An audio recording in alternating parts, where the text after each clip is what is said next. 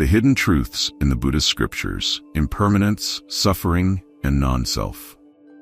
Welcome back, everyone, to Mind Podcast. As you may know, we are gradually approaching the peak of the Dharma decline era, Mappo, as foretold by Shakyamuni Buddha 2,500 years ago. In this modern age, we have witnessed many monks who shave their heads, wear robes, and outwardly appear as renunciants, yet shamelessly violate the precepts. They act contrary to the Dharma, indulging in meat, alcohol, sexual misconduct, and a life of extravagance. According to the Buddha, these individuals are false monks. We also see many teachings proclaimed by other religions under the guise of being Buddha's words, but in fact, they lead people toward wrong views and distort the true Dharma, causing practitioners to stray from the right path. So how can we discern which teachings are the true Dharma taught by the world-honored one? The only answer is to rely on the three seals of Dharma, which are impermanence, anicca, suffering, dukkha, and non-self, anatta. Any scripture or teaching that aligns with these three principles or helps people see these truths clearly belongs to Buddhism. Conversely, if it does not lead toward these principles, it is not part of Buddhist teachings.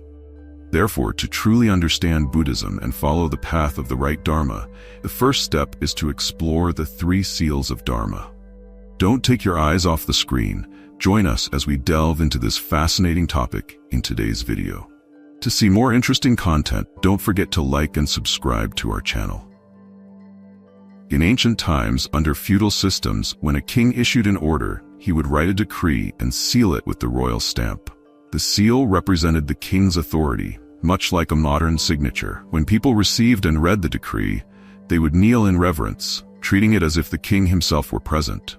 Similarly, in Buddhism, the Buddha is called the King of Dharma, and his words are regarded as Dharma treasures. The three seals of Dharma serve as the Buddha's stamp, ensuring the authenticity and truth of the teachings. Currently, the Buddha is no longer with us, but his teachings still remain in the world. Therefore, any sutra that aligns with the three seals of Dharma is considered a Dharma treasure, one of the three precious jewels of Buddhism. Thanks to the three seals of Dharma, future generations, when studying the scriptures, will not be misled or fall into the teachings of non-Buddhist sects or false religions. In the Samyutta Nikaya, there was an occasion where the Buddha asked the monks, "Monks, what you see, hear, think of, know, seek, and reflect upon, is that permanent or impermanent?" The monks replied, "Impermanent, Lord." The Buddha continued, "What is impermanent? Is it suffering or happiness?" The monks answered, "It is suffering, Lord." "What is impermanent? Suffering and subject to change. Can one rightly regard it as, this is mine, this is myself, this is myself?" The monks answered, "No, Lord." This is precisely the teaching of non-self. In this way, impermanence, suffering, and non-self are the three seals that authenticate the legitimacy of Buddhist teachings. All teachings of Buddhism must carry these three seals. Due to their significance, the three seals of Dharma are mentioned in most Buddhist scriptures. The term seal here refers to a stamp or a mark of authenticity. Dharma means the right teaching, or the entire system of thought found in the Buddha's teachings, recorded in the Tripitaka, 3 baskets. Dharma seal means the mark of authenticity of the true Dharma. The three seals of Dharma are the three authentic marks of the true teachings, which are impermanence, suffering, and non-self. In the Agamas, the Buddha sometimes spoke of the 4 seals of Dharma, which include impermanence, suffering, non-self, and nirvana. However, this is simply an expansion of the 3 seals, as nirvana is essentially another name for non-self, as Venerable Thich affirmed. Nirvana is something absolute, completely devoid of self. Having a self is samsara, and having no self is nirvana. The 4 seals of Dharma are sometimes presented as impermanence, suffering, non-self, and emptiness. However, emptiness is just another way to describe the dependent origination of all things. A being is said to be non-self or empty because its nature is conditioned by causes and conditions. Therefore, impermanence, suffering, and non-self can be considered a standard universal principle of the 3 seals of Dharma. The first seal, or the first mark of authenticity, is impermanence. Impermanence, anitya, in Sanskrit refers to change, transformation, and the absence of permanence. Any doctrine or teaching that does not carry the mark of impermanence is not considered part of the Buddha's Dharma. According to Buddhism, all phenomena and things in the world are marked by impermanence. In other words, impermanence means that things do not possess a fixed, unchanging nature. A mountain is a collection of dependent arising elements. The human body is also a product of dependent causes and conditions. Even a discarded roadside can is a combination of conditions, as is a tiny speck of dust. All these things, mountains, human bodies, leaves, pebbles, and dust particles, are constantly changing, lacking any fixed identity, and are subject to the law of impermanence. Everything in the phenomenal world, from macroscopic objects to the microcosmic world of particles such as atoms, protons, and neutrons, is in a state of continuous change. But impermanence is not limited to the material world. It is also present in the world of consciousness. In Buddhism, humans are a combination of two components, nama, mind, and rupa, body, or spiritual and material aspects. These two components are in constant flux, like a stream that flows endlessly. All human activities, psychological processes, emotions, perceptions, thoughts, and feelings exist only for fleeting moments, which Buddhism calls ksana, instantaneous moments. However, impermanence does not necessarily lead to suffering. In fact, if there were no impermanence, life and growth would be impossible. For example, if a rice seed were permanent, it would never grow into a rice plant or produce grains of rice. Without impermanence, the evolution of human history would not occur, and human civilization would remain stuck in the Paleolithic era. Moreover, if there were no impermanence, we would never have the hope of ending the latent tendencies of craving, attachment, and defilements that lie hidden within our minds. Thus, the doctrine of impermanence provides faith in all human efforts for creativity and progress. It gives us hope that personal transformation and the cessation of suffering are possible through change.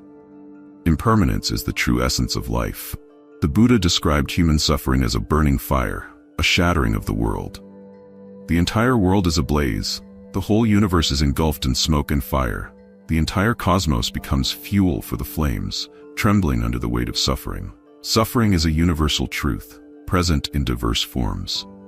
In Buddhism, human suffering is often illustrated through 8 phenomena. 1. Birth is suffering. 2. Aging is suffering. 3. Illness is suffering. 4. Death is suffering. 5. Living with those we dislike is suffering. 6. Separation from loved ones is suffering. 7. Not getting what one desires is suffering. 8. The 5 aggregates, form, sensation, perception, mental formations, and consciousness, are inherently suffering. In later teachings, suffering is classified into 3 types.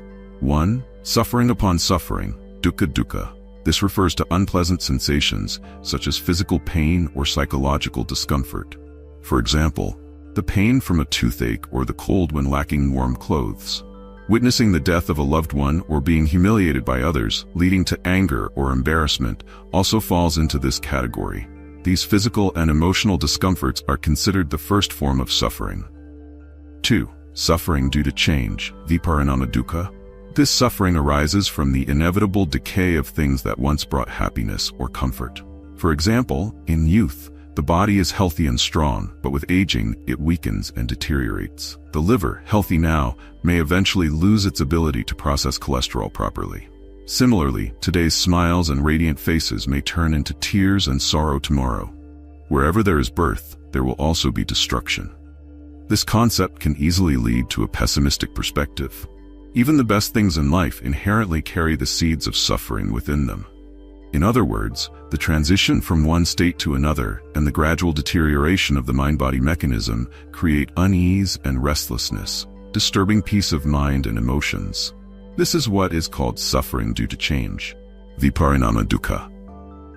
The third type of suffering is suffering due to conditioned existence, sankhara dukkha. Sankhara refers to phenomena that arise from conditions and dependent causes. In the Mahaparinirvana Sutra, the Buddha emphasizes, all conditioned things are impermanent, they arise and cease.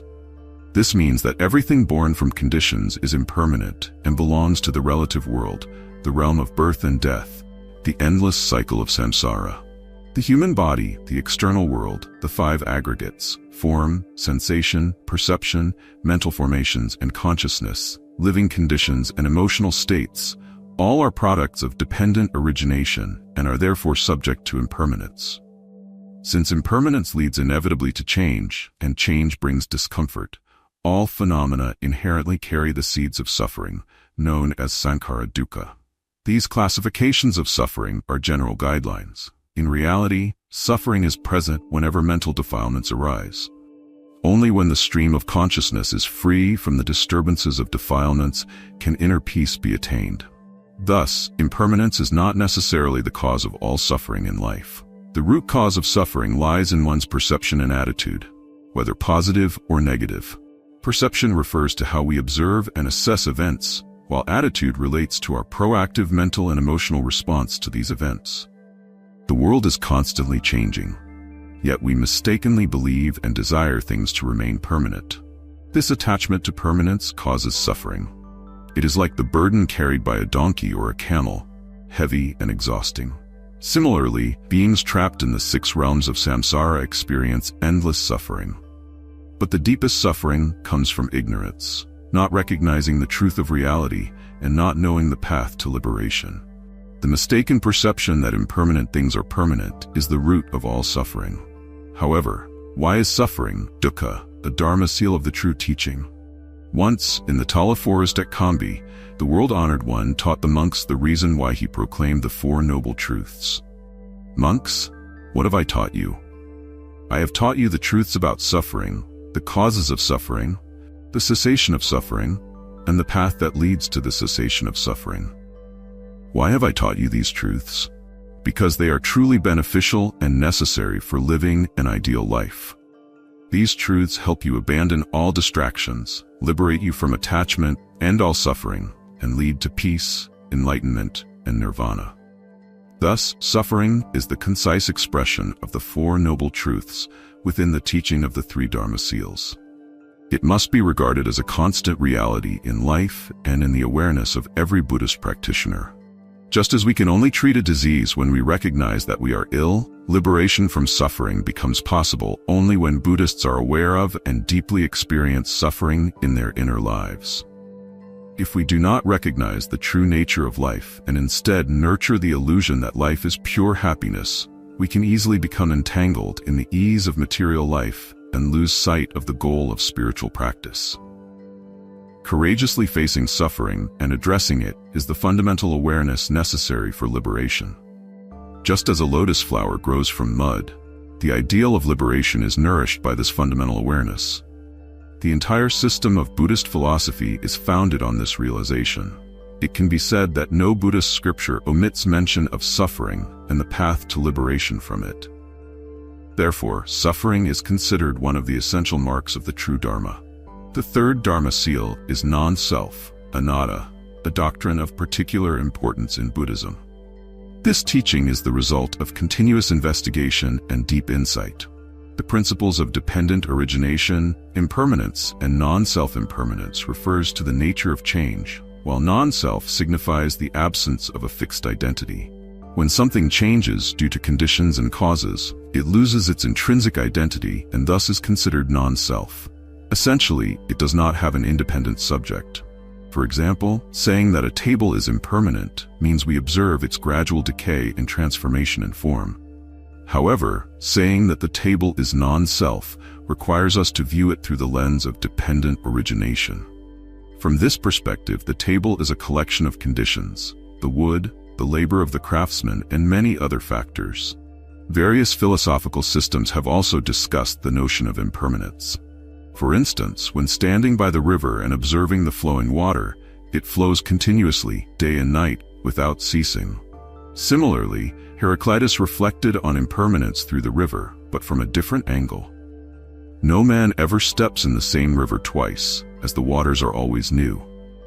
While Western philosophy acknowledges impermanence to some degree, it seems to lack the concept of non-self inherent in all things. Therefore, the Buddha's teaching on non-self stands as a revolutionary doctrine. In his 2nd sermon at the Deer Park, the Buddha taught about the non-self nature within the 5 aggregates of human existence. Form is non-self, O monks, the Buddha said. If form were self, it would not lead to suffering, and one could command it, let form be thus or thus. But because form is not self, it leads to suffering, and one cannot command it to be as one wishes. The same applies to the other aggregates: feeling, perception, mental formations, and consciousness. Together, these 5 aggregates create the illusion of a self, an unchanging identity. From this illusion arise attachment, clinging, and stubbornness toward the 5 aggregates. However, every existence or supposed self undergoes transformation according to the principle of dependent origination, arising, decaying, and ceasing. The 5 aggregates themselves are the result of various causes and conditions, and the cycle of birth, aging, illness, and death, or formation, existence, change, and decay, is a universal truth for all beings and phenomena. Once in the city of Savatthi, the Buddha also taught the monks about the principle of non-self. Using a humble object, like a piece of cow dung, the Buddha said, "Monks, even in such a small thing as this piece of cow dung, there is no self that remains constant, eternal, or unchanging. If there were even a tiny self that existed permanently and continuously, then the practice of the holy life to end suffering would be impossible." The Buddha emphasized that a lack of consideration regarding the non-self nature of all things often leads to suffering and attachment. These attachments are close causes of suffering. The doctrine of non-self not only establishes the essential nature of the true Dharma, but is also a distinctive feature of Buddhist teachings.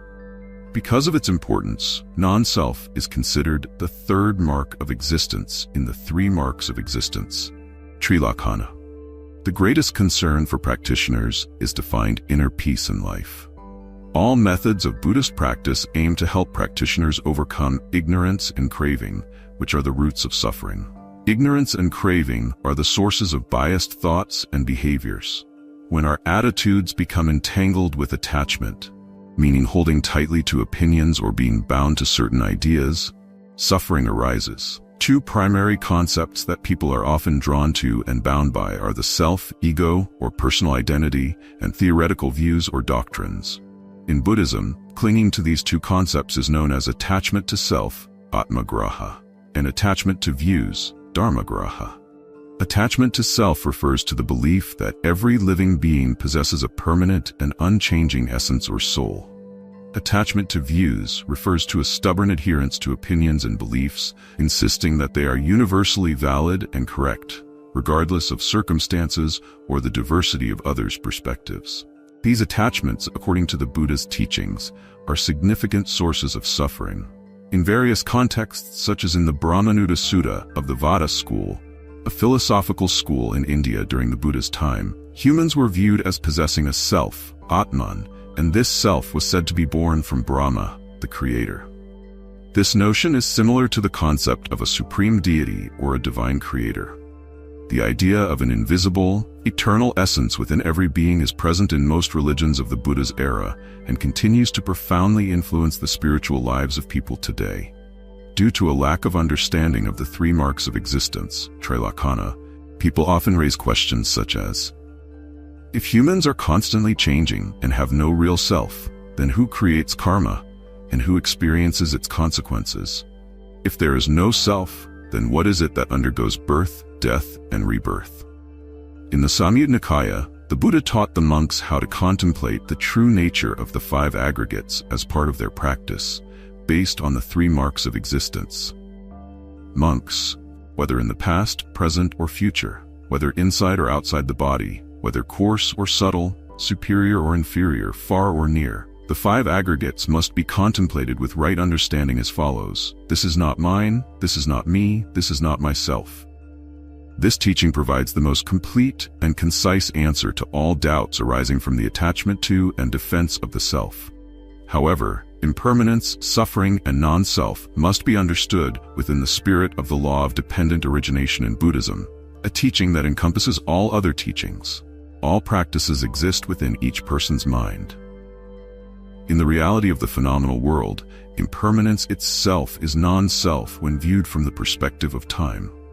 Suffering is not merely a matter of the cycles of birth, death, formation, and decay of humans in the world. It depends significantly on how people perceive the impermanent and selfless nature of all things.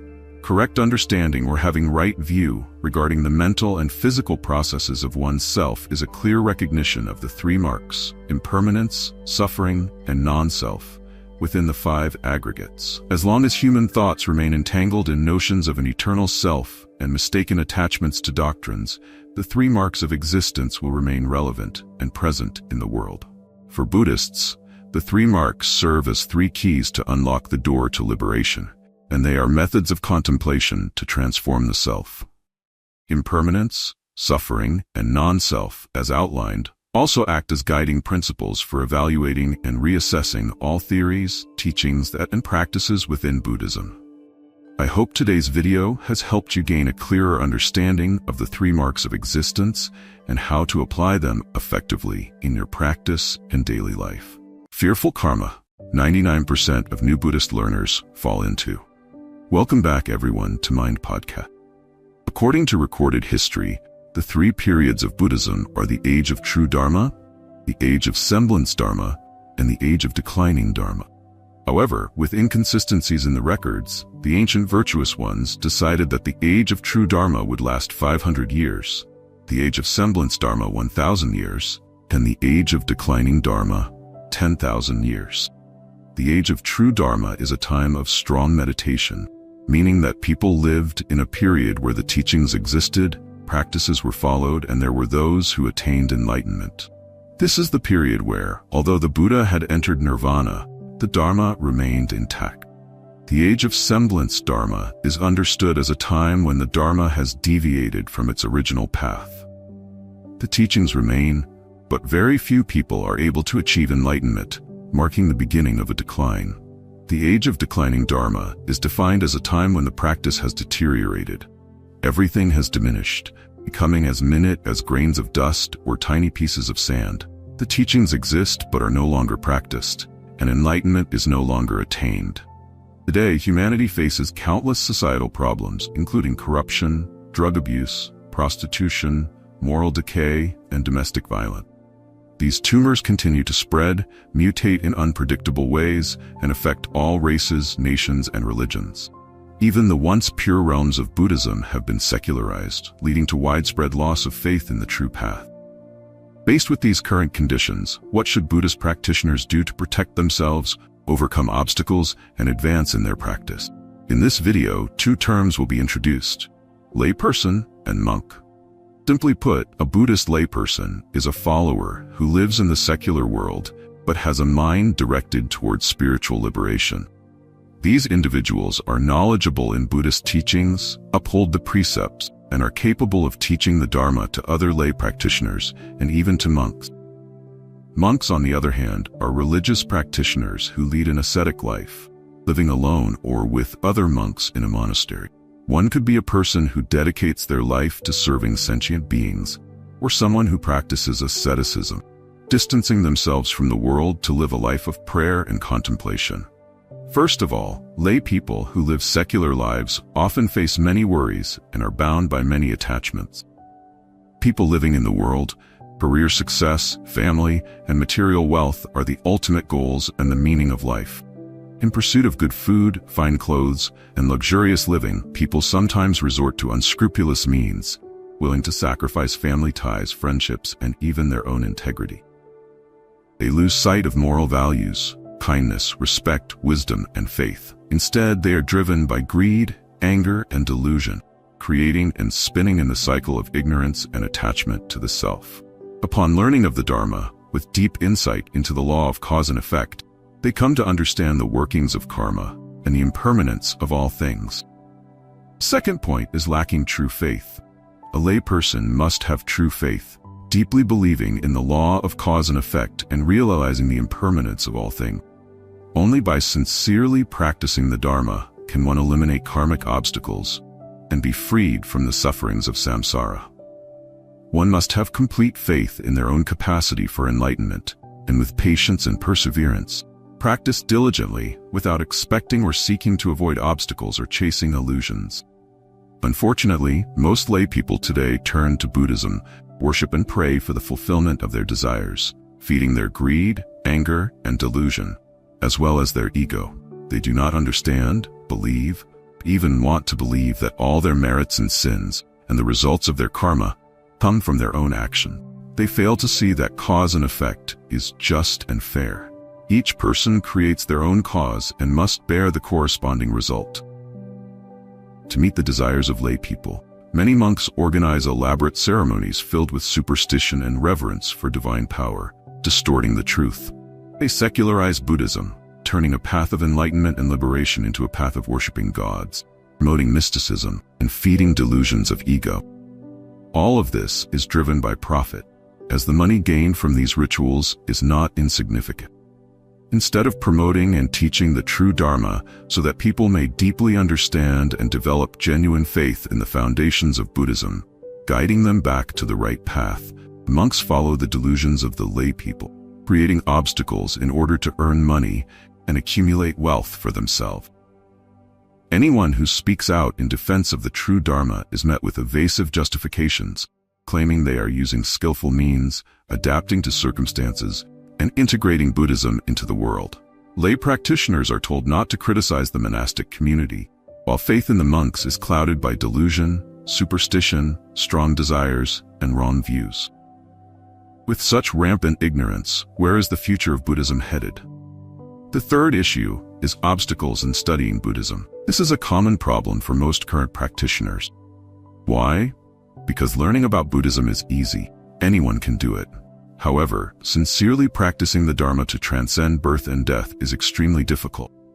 Not everyone possesses the necessary qualities of boundless compassion, unwavering resolve, and the selfless, enduring practice of patience. The ingrained habits of ignorance, attachment, and craving, accumulated over countless lifetimes, continue to pull sentient beings into the cycle of desire and suffering. When one makes the determination to practice the path of liberation, these obstacles manifest fiercely, subtly influencing every corner of one's mind, burning away the aspiration for the true path, shattering faith, and undermining all efforts to overcome and subdue these challenges. This explains why so many practitioners today fear hardship and avoid the arduous training of monastic discipline and renunciation, abandoning the route for temporary pleasures and neglecting the true nature of practice. While there are clear distinctions in Buddhist studies with degrees and certifications such as bachelor's, master's, and doctorate degrees in Buddhism, what is there to certify one's virtue in practicing the Dharma and renouncing the world? Remember, it is only through genuine virtue and pure practice that one becomes a true and exemplary Buddhist, someone who can bring enlightenment and carry forward the life force of Buddhism in the world. Academic qualifications in Buddhist studies have nothing to do with this great task. Attaining liberation from birth and death, on the contrary, can be hindered if one's practice is misdirected, causing even deeper attachments and a stronger sense of self, thereby perpetuating the cycle of samsara. Practitioners of Buddhism may deceive one another, but they cannot hide from the eyes of gods and spirits, let alone the protective Dharma guardians and Buddhas. One must cultivate Buddhist practice with dignity, and not merely study Buddhism superficially. The understanding that arises from knowledge, hearing, seeing, feeling, thinking, is an obstacle on the path. When encountering external objects, seeing is knowledge, hearing is knowledge. Sensations through the body give rise to feelings, and thoughts give rise to concepts and understanding. All of these are forms of karmic consciousness, knowledge gained from searching, studying, and accumulating experiences over countless lifetimes. This is worldly knowledge, a barrier on the path to enlightenment, not the wisdom that naturally unfolds when the mind is perfected, and the practitioner attains the state of non-thought, leading to ultimate insight and liberation from birth and death. Thus, one uses worldly intellect to study Buddhism, one will never achieve the highest enlightenment and liberation. Even children may memorize scriptures fluently, but a lifetime of practice may not guarantee the eradication of the roots of greed, anger, and delusion. So what should a Buddhist practitioner do? For those who are new to the Dharma, it is essential to first understand the fundamental teachings of Buddhism, summarized as impermanence, suffering, non-self, non-attachment, compassion, joy, equanimity, morality, concentration, wisdom, cause and effect, and karmic retribution. Once these basic principles of Buddhism serve as a guide for one's life and practice, one should diligently and sincerely cultivate the Dharma with the resolve to transcend birth and death. Purify the six senses, eyes, ears, nose, tongue, body, and mind, by focusing the mind on meditation with unwavering dedication throughout the 3 periods of time. Do not develop attachment to anything in the world, and in the great work of practice, do not seek external goals. With patience, fortify the mind, cultivate virtue, and adorn the path. Gradually, you will subdue the wandering mind, purify karmic obstacles, and surely one day attain the state of right concentration and the perfection of paramita. If one seeks to escape the cycle of birth and death while desiring blessings and miracles, this is an obstacle for lay practitioners. In practice, or even in paying respects to the Buddha, why is there fear? It is because the mind is often clouded with attachment to the self, desiring blessings and counting how many times one chants the Buddha's name or prostrates. This is no different from bargaining with the Buddha, releasing animals, giving alms, or doing good deeds. Ultimately, all of it is for the ego. More than anything, it is the misguided thinking passed down that says, "Give everything, and you will receive everything in return," which traps the mind in the prison of the self, preventing liberation. Instead of practicing the Buddha's teachings of compassion, joy, equanimity, selflessness, and non-attachment, one nourishes desires and inflates the ego through the duality of giving and receiving. Often, when practicing the path of enlightenment and liberation of the Buddha, individuals tie themselves to their own mental constructs, never truly letting go in order to attain liberation. As a result, the corresponding karma is limited and minuscule. Remember, do not turn virtue into a transaction. Once you've committed to practicing Buddhism, absolutely do not cling to the self or ego. Instead, diligently nurture compassion, joy, equanimity, selflessness, non-attachment, avoiding any setback.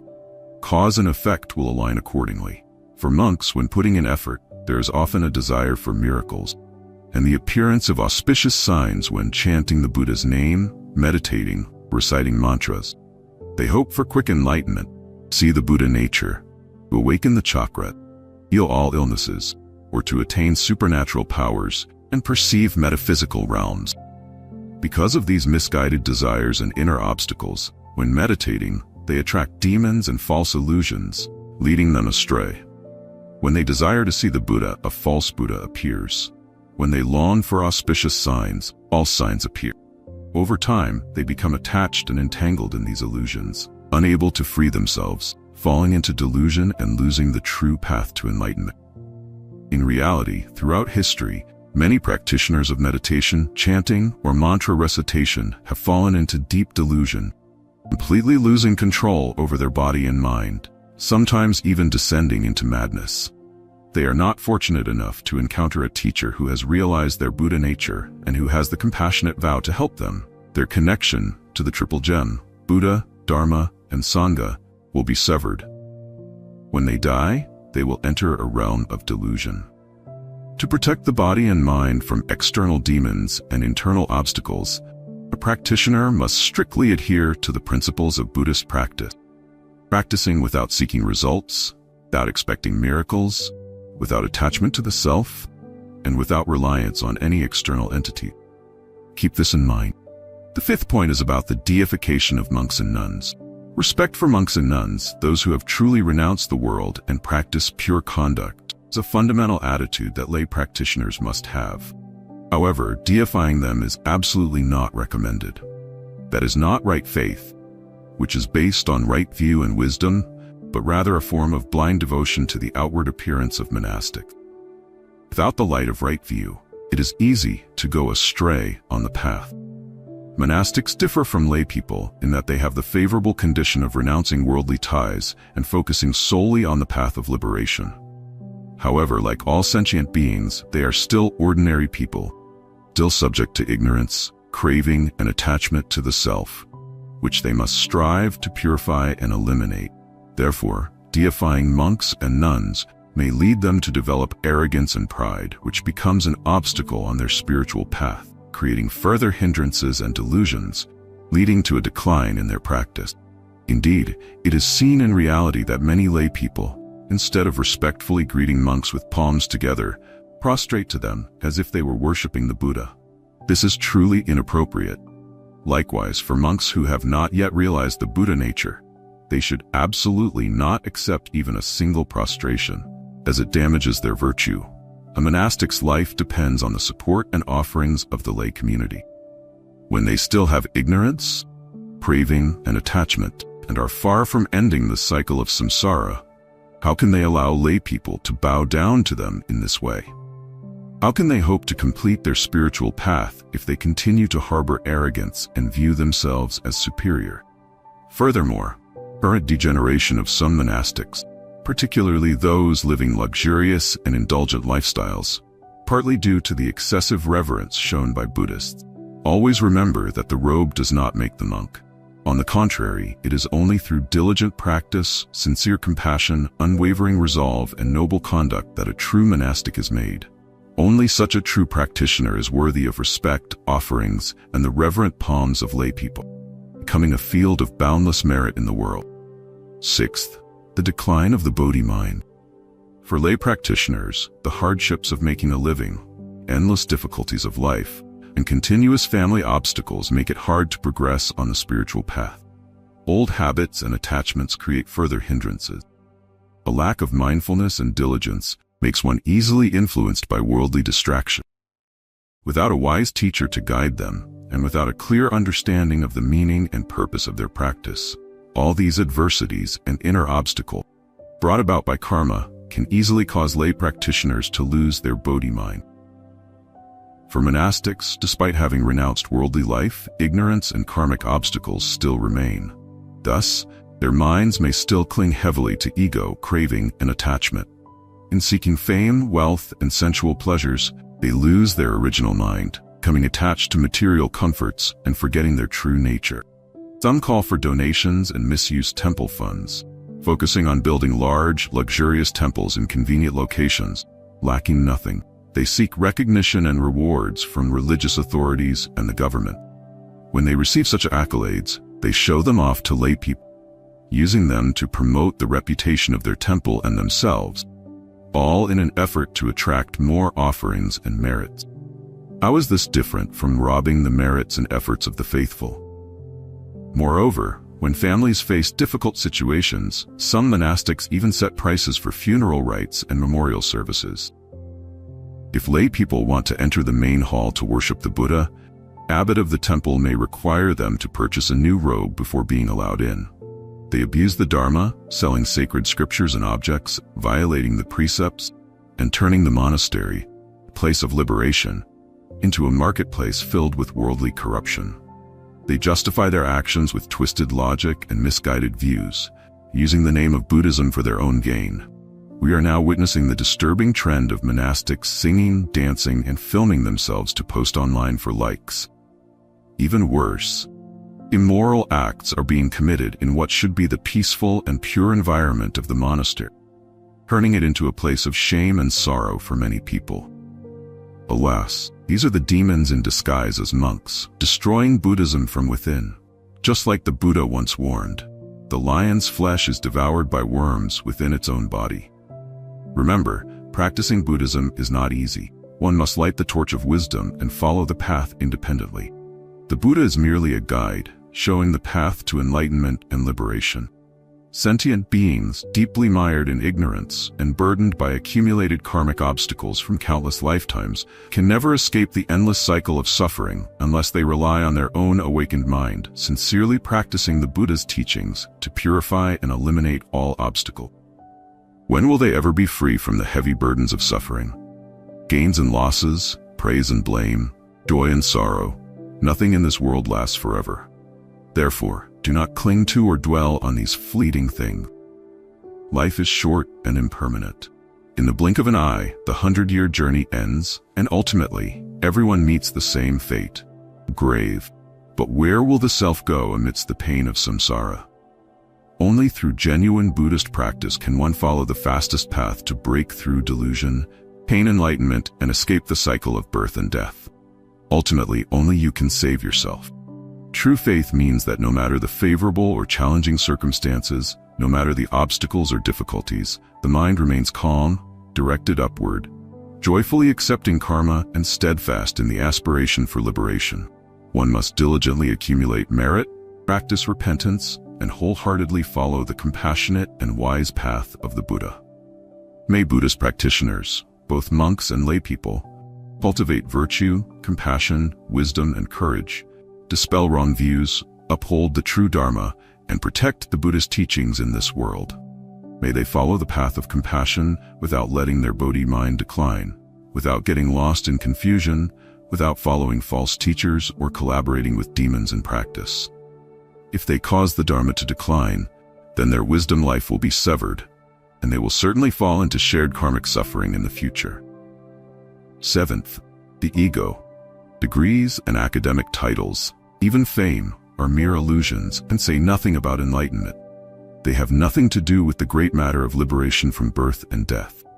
Likewise, the number of years one has spent practicing does not necessarily reflect their virtue. Each person's path depends on their karma, wisdom, and mind. A senior monk may not yet have attained enlightenment, while a new practitioner may not be as deluded. The Buddha's supreme enlightenment and liberation are not reserved for anyone in particular. They come to those whose minds are awakened and who sincerely practice the Buddha's teachings, regardless of their form or status in this world. Only the power of wisdom and meditation can help practitioners break through delusion, attain enlightenment, and liberate themselves from birth and death. The secret of immortality in the hands of Tibetan masters. Welcome back everyone to Mind Podcast. In our previous video, we explored immortality through the Taoist practice of alchemy, along with scientific research from analytical psychology on the capacities of consciousness and the unconscious. These insights suggest that immortality is indeed possible. According to Taoism, all movements in the universe originate from the Tao. If one can understand the Tao, awaken and reverse the flow back to the unconscious realm, controlling the body's energy with the soul to start a new energy cycle, one creates a version of oneself that is even more elevated. This is the essence of immortality. The mind serves as the source of the microcosm, as well as the origin of the universe. Our minds engage with every event in the universe, functioning as an interconnected cosmos. Upon birth, a person has two distinct parts, consciousness and the unconscious. Consciousness is composed of individual, separate elements, while the unconscious is connected to the universe. If these two aspects can transcend their boundaries and merge through meditation, we can experience a form of spiritual rebirth, achieving a transpersonal level of consciousness. This state, known as unity consciousness, is a form of immortality. To articulate this definition, Carl Jung dedicated his life to traveling between the East and West, studying and reading related texts, and even exploring legends. He was profoundly inspired by two Eastern books. The first was The Secret of the Golden Flower, a Taoist text that helped Jung develop his theories on psychology, including the concepts of the collective unconscious, synchronicity, and more. The second was the Tibetan Book of the Dead, also known as the Bardo Thodol. Jung asserted that, from a scientific perspective, the physiological insights in the Tibetan Book of the Dead reflect deep truths. He gained extensive knowledge and inspiration from this, so today, let's explore the Tibetan Book of the Dead. Have you ever wondered if death is the end, or if something awaits us in the world beyond? If you haven't yet found the answer, the Tibetan Book of the Dead may provide insights. The book begins with a Tibetan parable about life after death. Over 1,300 years ago, when Arab forces invaded northern India and what is now Pakistan, these regions became part of the Islamic world. At that time, many Buddhist monks from Pakistan fled to Tibet, Nepal, and southern India.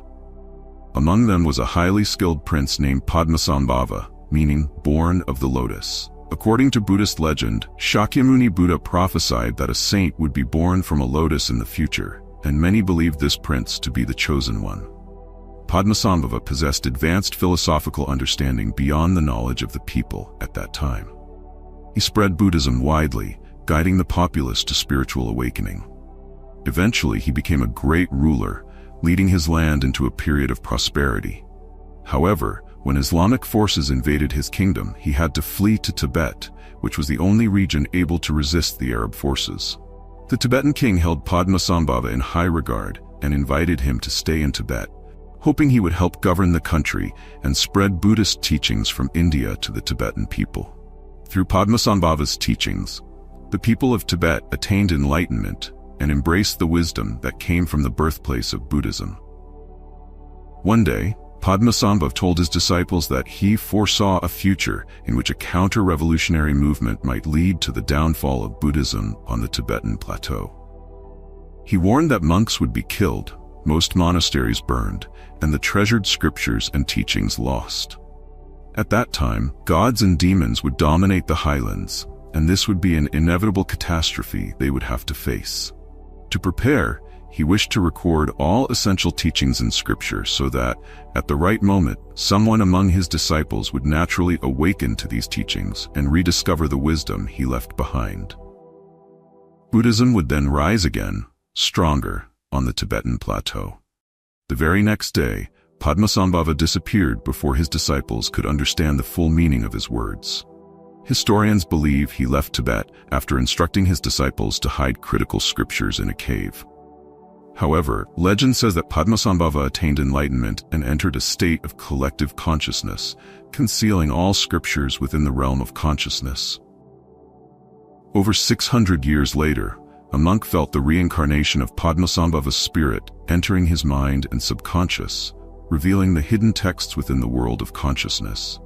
Padmasambhava guided him through the journey of life after death, teaching him methods for liberation and rebirth. This monk transcribed these teachings into a Sanskrit version, which became known as the Tibetan Book of the Dead. Another 600 years passed, and the Tibetan Book of the Dead became a classic work, spreading extensively to eastern and southern regions of China, and even reaching Mongolia and the Korean peninsula. In 1919, an anthropologist arrived on the Tibetan plateau to conduct his research. Known in the West as a young prodigy, he entered Stanford University at 18 with a deep passion for religion, philosophy, and history. After graduating with a degree in science at 24, he became a professor at Oxford University. To others, there seemed to be no philosophical question too difficult for him, except one mystery that continued to elude him, even after studying all the philosophical texts he could. What happens after death? He held a particular fascination for the mystical, with much of his research focusing on spiritual sages. Evans wrote in one of his introductions, "Beneath Mother Earth in a vibrant, glowing pulse, the flow of immortal life cycles continuously." Rebirth and the cycle of life were recurring themes in his writings. He noted that those who are devout believe in reincarnation, yet, curiously, Orthodox faiths often reject this concept. In his 20s, he admired the ideals of esoteric wisdom, a young dreamer wandering by the banks of the serene River Dee, sometimes in solitude, sometimes clad only by nature. One evening, overwhelmed by a sense of déjà vu, he felt he had not come to this life for the first time. Past and future images flickered in his mind, and he believed he had lived many lives. That night, he resolved that his life would be one of a traveler, a seeker of secrets of the world beyond, journeying across lands, oceans, forests, and deserts, reaching the edges of the earth to unravel these mysteries. Soon after, an archaeologist suggested he travel to the east, where he might find the answers he sought. Thus, Evans became a wandering pilgrim, exploring Egypt, India, Sikkim, China, and Japan. Within 2 decades, he had nearly traversed the entire world. By 1919, now a 41-year-old man, he traveled to Darjeeling, India. There, he met a man named Samdrup, headmaster of a boys' school. Samdrup had previously worked as an interpreter for the British government in Sikkim and was now developing a Tibetan English dictionary, though he seemed uninterested in his role as headmaster. According to Wilcall's biography, Samdrup was rumored to be plagued by the demon's drink, frequently disappearing from the school for days, leaving his students unattended while he pondered metaphysical matters. Samdrup was fluent in Tibetan, English, and Sanskrit. When he met Evans, he glanced at him from head to toe and then recited a passage from the Tibetan Book of the Dead in Sanskrit. This encounter captivated Evans. who believed he had finally found what he was searching for, the Tibetan Book of the Dead. In the years that followed, Evans began waking at 6 a.m. daily to attend classes with Samdrup, listening to him explain the Sanskrit manuscript of the Tibetan Book of the Dead.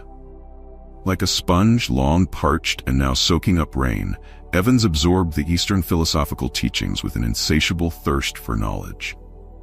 However, only 3 years later, Headmaster Samdrup passed away. Evans decided to bring these profound insights to the West to help Westerners grasp and appreciate Eastern mysticism and philosophy. In 1927, Evans translated the Tibetan Book of the Dead into English, giving it the title, The Tibetan Book of the Dead, and it was officially published by Oxford University. The essence of the Tibetan Book of the Dead can be summarized in a single idea. One who lives with awareness will die with awareness. And once they die with awareness, they can direct their consciousness, avoiding the pull of karma and escaping the cycle of birth and death. Most people, clouded by ignorance, fail to understand the true meaning of life. They often dwell on the past or daydream about the future, always worrying about existence without fully grasping the essence of life. This unawareness causes them to lack control at death, so they are entirely subject to the forces of karma, which pull them into the 6 realms of samsara. This text can be seen as a guidebook for the living, advising them to live with such awareness that, at death, they can maintain clarity and avoid reincarnation. Alternatively, it can also serve as a guidebook for the deceased, instructing them on finding higher realms and avoiding the 3 unfortunate paths of hungry ghosts, hell, and animal rebirth.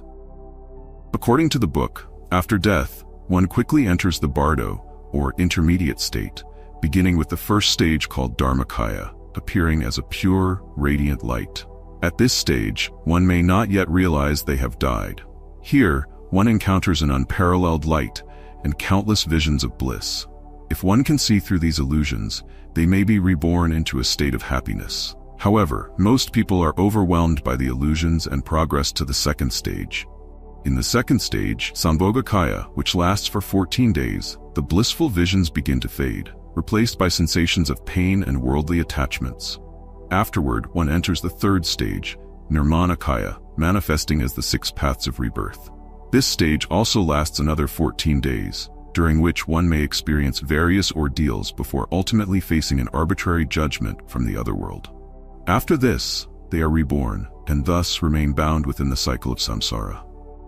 According to the Tibetan Book of the Dead, the cycle of samsara can be divided into 4 stages. The first stage is life, which encompasses the time from birth to death, essentially a human lifetime. The second stage is death, from the moment of leaving the physical body until one transitions to the realm of light.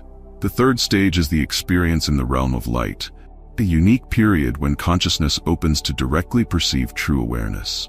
The fourth stage is rebirth. Tibetan masters believe that in the transition between these stages, there exists an opportunity for liberation, allowing one to break free from the cycle of samsara. This practice, described in the Tibetan Book of the Dead, is a form of liberation through mastering the redirection of consciousness to avoid the pull of karma and escape the cycle of birth and death.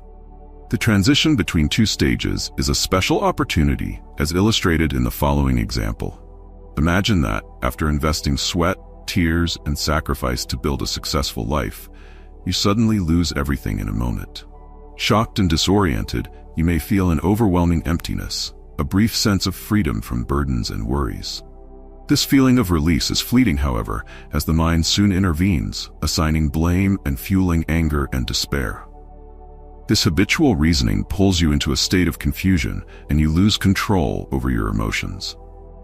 The fleeting moment of calmness right before your mind reacts is a rare chance to resist this pull, similar to the sudden enlightenment of Zen masters.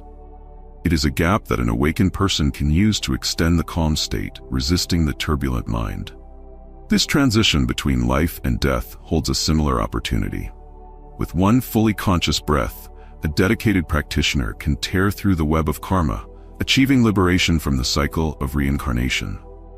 At this point, you might wonder, if we understand what lies beyond death through this book and practice accordingly, does it mean everyone will attain a joyful rebirth? In reality, the Tibetan Book of the Dead states that upon entering the bardo, you become only consciousness, detached from the rational mind, governed instead by the law of karma. Only an experienced tantric master who has undergone empowerment can offer an accurate answer. Therefore, we interpret the book from an analytical psychological perspective. According to the Tibetan Book of the Dead, the cycle of samsara can be divided into 4 stages. The first stage is life, which encompasses the time from birth to death, essentially a human lifetime. The second stage is death, from the moment of leaving the physical body until one transitions to the realm of light. The third stage is the experience in the realm of light, a unique period when consciousness opens to directly perceive true awareness. The fourth stage is rebirth. Tibetan masters believe that in the transition between these stages, there exists an opportunity for liberation, allowing one to break free from the cycle of samsara. This practice, described in the Tibetan Book of the Dead, is a form of liberation through mastering the redirection of consciousness to avoid the pull of karma and escape the cycle of birth and death. The transition between 2 stages is a special opportunity, as illustrated in the following example. Imagine that, after investing sweat, tears, and sacrifice to build a successful life, you suddenly lose everything in a moment. Shocked and disoriented, you may feel an overwhelming emptiness, a brief sense of freedom from burdens and worries. This feeling of release is fleeting, however, as the mind soon intervenes, assigning blame and fueling anger and despair. This habitual reasoning pulls you into a state of confusion, and you lose control over your emotions. The fleeting moment of calmness right before your mind reacts is a rare chance to resist this pull, similar to the sudden enlightenment of Zen masters. It is a gap that an awakened person can use to extend the calm state, resisting the turbulent mind. This transition between life and death holds a similar opportunity. With one fully conscious breath, a dedicated practitioner can tear through the web of karma, achieving liberation from the cycle of reincarnation. At this point, you might wonder, if we understand what lies beyond death through this book and practice accordingly, does it mean everyone will attain a joyful rebirth? In reality, the Tibetan Book of the Dead states that upon entering the bardo, you become only consciousness, detached from the rational mind, governed instead by the law of karma. Only an experienced tantric master who has undergone empowerment can offer an accurate answer. Therefore, we interpret the book from an analytical psychological perspective. To illustrate further, let's turn to another Tibetan story. In 1985, a Chinese teacher was driving near the India-China border with his Tibetan friend, who mentioned a beautiful woman named Kanjento living nearby. Her beauty enchanted all who met her, yet she had become a Buddhist nun 3 years prior, in 1982. After completing her ordination rituals, she set off alone on a pilgrimage, traveling through the deserted foothills of the Himalayas, where she could not find a single house or person for several days. When her strength was nearly depleted, she finally found a small tent inhabited by a young nomad who gave her food and took care of her with great kindness. Grateful, she stayed a few days to regain her energy. Alone together amid the desolate snowy mountains, they were unable to resist temptation. Barriers and principles crumbled, and they gave in to desire. She spent a passionate night with the young nomad in that small tent. This was a mistake. She ended up staying with him for 2 months, forgetting the temple and losing sight of who she was. One night, however, she had a vision in which Brahma visited her dream, urging her to awaken from this desire-driven illusion and return to her rightful path. The next morning, she quietly left the tent, abandoning the young man to return to the temple. Yet, upon her return, she discovered that she was pregnant. The head monk told her she could no longer belong there and asked her to leave. Having been cast out from the temple, she returned to the tent to search for the young man, only to realize that he, a nomad with no fixed home, was nowhere to be found. Desperate, she wandered from place to place, seeking him without success, eventually becoming a beggar on the streets. In 1983, she encountered a Chinese man and his Tibetan friend. She was in a pitiful state, selling a silver Buddha statue. Surprised, the man asked why she would sell it, as Tibetans would never part with such a sacred item unless they were in dire need. She explained that she needed travel expenses to search for her husband, Tsering, whom she had left behind. The Tibetan friend scolded Tsering, calling him a scoundrel, but the woman insisted it was her who had abandoned him. The friend purchased the Buddha statue to help her. She then revealed that she was indeed the former nun, Kangento Kirano, now pregnant and soon to give birth. Later, she met and married a businessman, and her life took a positive turn. She managed a large store with servants to help at home. Days later, the author and his Tibetan friend visited a hot spring to bathe in traditional Tibetan fashion. The Tibetan friend playfully pushed the author, who was unfamiliar with the custom, into the hot spring where several women were already bathing. Embarrassed, he retreated to a corner, but couldn't help sneaking occasional glances. Some of the women noticed his discomfort and playfully approached him, which only deepened his embarrassment. Suddenly, his Tibetan friend shouted that he'd seen Tsering and Kangento with their child on the other side of the spring. There stood Kangento with a muscular man, wearing a Tibetan belt and a dagger. He was indeed Tsering, whom she had searched for over 2 years. Recently, they had reunited and decided to stay together. Kangento had returned to her previous home to return possessions that were no longer hers, and she planned to move to the snowy mountains, where she felt the tent was her true home. The Chinese teacher then offered to drive Kangento, Tsering, and their family back to town. Zhenu entered the grand archway one last time, returning the keys, records, clothing, and jewelry to the caretaker, taking nothing with her. The following day, the three of them, Renmu, her child, and Tsering, held hands and walked toward the northern mountains. In truth, this story offers valuable life lessons. Face everything in life with strength, love, and seek happiness without fear of loss. Avoid deceiving yourself and follow the voice of your heart, knowing when to hold on and when to let go. When you courageously face all challenges, both your body and soul grow stronger. This profound message is also what Tibetan masters wish to convey. By building inner strength, you can face the first demon encountered after death without fear.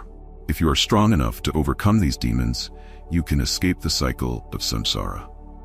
Those who bravely face all aspects of life will find true happiness. After watching this video, I hope you gain your own insights on love, life, death, and the cycle of rebirth. Feel free to leave a comment so we can discuss together. Thank you for watching. We are Ancient World. See you in the next video.